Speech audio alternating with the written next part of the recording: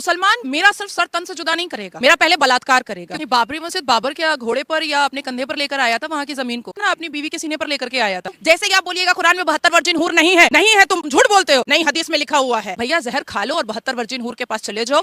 बिस्मिल्लाहिर्रहमानिर्रहीम, अस्सलाम वालेकुम दोस्तों। पिछले कई रोज से सोशल मीडिया पर एक वीडियो क्लिप काफी ज्यादा वायरल हो रहा है। नाजिया इलाही, एक खातून, बल्कि मैं इनको खातून नहीं कहूंगा, एक सूअर कहूंगा, कि जो मुसलमान होते हुए मुसलमानों के खिलाफ बकवास कर रही हैं और ये कह रही हैं कि मुसलमान जो है मेरा नाउजुबिल्लाह पहले रेप करेंगे और फिर जो है मेरा जो है वो सर तन से जुदा कर देंगे। इस तरीके की बकवास कर रही है। और फिर बाबरी मस्जिद को लेकर आपको पता है अभी राम मंदिर की ओपनिंग हो रही है, वो मुसलमानों के जख्म पर नमक छिड़कने वाली बात है। तो ऐसे में उनका ये बयान कि बाबरी मस्जिद को अच्छा है गिरा दिया गया। तो आज की वीडियो के अंदर हम ऐसे ही लोगों को मुंह तोड़ जवाब देंगे। वीडियो को एंड तक जरूर देखिएगा। तो चलिए बिना किसी देरी के आज की वीडियो शुरू करते हैं। मस्जिद को शहीद मानते हैं। ये बाबरी मस्जिद बाबर क्या घोड़े पर या अपने कंधे पर लेकर आया था वहाँ की जमीन को? कहाँ पर लेकर आया, कैसे लेकर आया था? हाथी घोड़े पर लेकर आया था, ना अपनी बीवी के सीने पर लेकर के आया था। देखिए अवैसी एक्चुअली में एक तो मुसलमान युवाओं का पोल पट्टा खोल रहा है कि मुसलमान युवा जो हैं वो नमाज पढ़ने जाते नहीं है। बार, क्लब, पब, ये सब ठरकबाजी में मुसलमान युवाओं का काम रहता है। अब दूसरी बात आती है कि वो मुसलमान युवाओं को भड़का रहे हैं कि तुम जाओ, क्योंकि उसी मस्जिद में हमने हैया अलल फलाह और हैया अलल सलाह हमने पढ़ा है,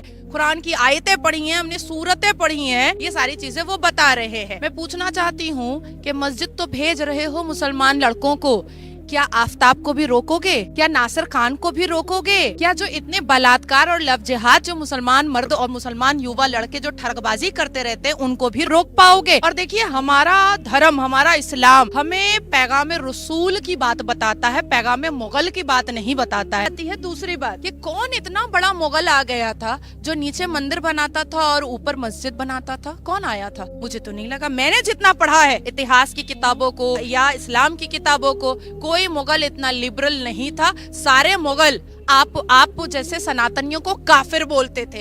अब मैं आपके चैनल के माध्यम से पूछना चाहती हूँ कि कुरान के किस पन्ने में लिखा हुआ है? अब बोलेगा नहीं हदीस में लिखा हुआ है, तो हदीस में तो ऊंट का मूत पीने के लिए भी लिखा हुआ है, तो पिएगा? मैं लेकर चलती हूँ बोतल, बोतल पिला देती हूँ। देखिए इन लोगों की बातें कॉन्ट्रोडिक्टरी होती है। आप कुरान के हवाले से बताइएगा, बोलेगा नहीं ये बात हदीस में लिखा हुआ है। आप हदीस के हवाले से बताइएगा, बोलेगा नहीं हम तो हदीस मानते नहीं, हम तो कुरान मानते हैं। जैसे कि आप बोलिएगा कुरान में 72 वर्जिन हूर नहीं है, नहीं है, तुम झूठ बोलते हो। नहीं, हदीस में लिखा हुआ है। भैया जहर खा लो और 72 वर्जिन हूर के पास चले जाओ। इस बीच में कई धमकियां भी आती है। अब आपने तो राम मंदिर का समर्थन आप लगातार करती आ रही है, दोबारा आप राम मंदिर के फेवर में बोल रही है, आज आपने हिंदू राष्ट्र के फेवर में बोल दिया है। तो एक मन में डर तो कहीं ना कहीं होगा अभी भी कि जिस प्रकार से पाकिस्तान में फतवे निकलते हैं, हिंदुस्तान में कहीं कोई सर तन से जुदा वाली गैंग आपके पीछे ना लग जाए दोबारा।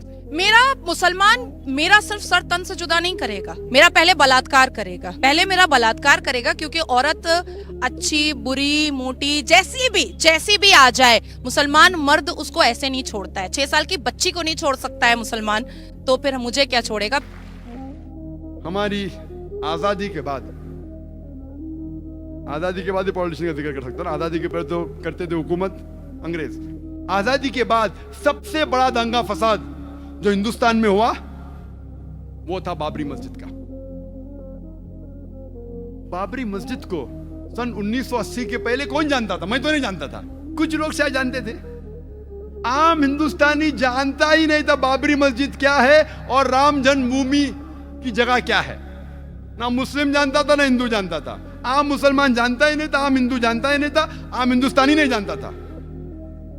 लेकिन इसको एक पॉलिटिकल प्लॉय बनाया गया, पॉलिटिशियन वोट बैंक के लिए। सुप्रीम कोर्ट ने ऑर्डर पास किया था कि इस डिस्प्यूटेड साइट पे, इस इख्तिलाफी जगह पे कोई नहीं आना चाहिए। उसके बावजूद 6 दिसंबर सन 1992 में, 1992 में 6 दिसंबर में एक बड़ी गैदरिंग हुई उसी डिस्प्यूटेड साइट के ऊपर, बाबरी मस्जिद राम जन्मभूमि इशू की जगह पे। ऑर्डर था सुप्रीम कोर्ट का, सबसे हाईएस्ट अथॉरिटी इस मुल्क की, नो गैदरिंग। तो भी गैदरिंग हुई। कौन गैदरिंग किया? Opposite party of politicians in the opposite party. हुकूमत चाहती थी तो रोक सकती थी, आसानी है, पुलिस उसके पास है, हथियार था, आसानी, लेकिन नहीं रोका। क्यों नहीं रोका? ऑपोजिशन ने गैदरिंग की वोट बैंक के लिए, क्या मुझे वोट मिलेगा। पॉलिटिशियन जो पावर में थे, अगर मैं उनको रोकूंगा तो मेरा वोट बैंक जाएगा, तो जाने दिया, नो प्रॉब्लम, आ जाओ, पीछे के रास्ते से आओ। लेकिन टेलीविजन पे दिख रहा था सुप्रीम कोर्ट का ऑर्डर, नो गैदरिंग। उसके बाद क्या होता है? हजारों की तादाद में, 10,000 से ज्यादा, हजारों, tens of thousands of people, lakhs of people, लाखों लोग इकट्ठा हुए सब जगह से, त्रिशूल लेके बाबरी मस्जिद को शहीद करते। कोई भी अक्लमंद इंसान क्या त्रिशूल और तलवार से बाबरी मस्जिद नीचे आ सकती है?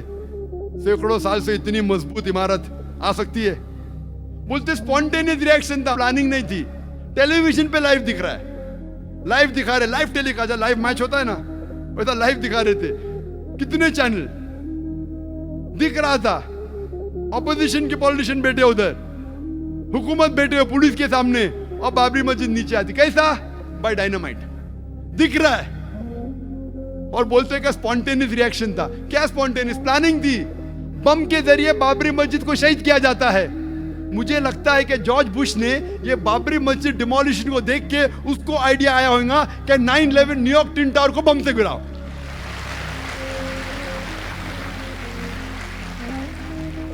नाइन 11 पे मुझे ज्यादा तकरीर नहीं करने का है। वो 9/11 तो इतना बड़ा, कम से कम 10 तकरीर कर सकता हूं मैं 9/11 के ऊपर, जॉर्ज बुश के ऊपर। लेकिन मुझे लगता है उसको आइडिया मिली बाबरी मस्जिद से। जिस तरीके से बाबरी मस्जिद को बम से गिराया गया और कहा गया कि स्पॉन्टेनियस रिएक्शन था, उसी तरीके से बम से गिराया ट्विन टावर को और कहा गया कि प्लेन ने मारा। चाहे तो इंशाल्लाह क्वेश्चन आंसर में टाइम लिया तो कहूंगा। क्या होता है? इमीडिएट सारे हिंदुस्तान में दंगे फसाद होते।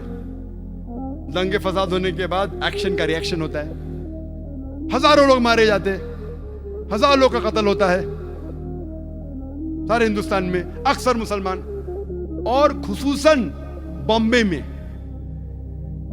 बाबरी मस्जिद डिमोलिश की कौन जिम्मेदार? कोई भी आम आदमी जिसको थोड़ी भी अकल है वो कहेगा नंबर 1 रिस्पॉन्सिबल, सबसे ज्यादा जिम्मेदार ऑपोजिशन पॉलिटिशियन जिनने गैदरिंग की सुप्रीम कोर्ट के खिलाफ। नंबर 2 जिम्मेदार जो पॉलिटिशियंस पावर में थे, वो रोक सकते थे लेकिन नहीं रोका। क्यों? वोट बैंक जाएगा, उसके वजह दंगे फसाद होते। दंगे फसाद में पुलिस चाहती दंगे फसाद को रोक सकती। आप कोई भी सीनियर पुलिस ऑफिसर से पूछिए, मैं तो बहुत से पुलिस ऑफिसर से बात कर चुका हूं इधर और बाहर भी, कोई भी सीनियर पुलिस ऑफिसर से पूछिए, दंगे फसाद को रोकना तो आसान सी बात है। जैसा शुरू हुआ विदिन अ फ्यू आवर्स, चंद घंटों में रोका जा सकता है। अगर कम पुलिस फोर्स है तो रिजर्व फोर्स को बुलाओ। टेररिस्ट अटैक्स को रोकना बहुत मुश्किल है। तो जी हाँ दोस्तों, वीडियो आपने देखी, होपफुली आज की वीडियो आप लोग को जरूर पसंद आई होगी। मजीद इसी तरह की वीडियोस देखने के लिए हमारे चैनल को लाइक, शेयर और सब्सक्राइब करना बिल्कुल मत भूलिएगा। मिलते हैं एक और वीडियो में, तब तक के लिए दीजिए इजाजत। अल्लाह हाफिज।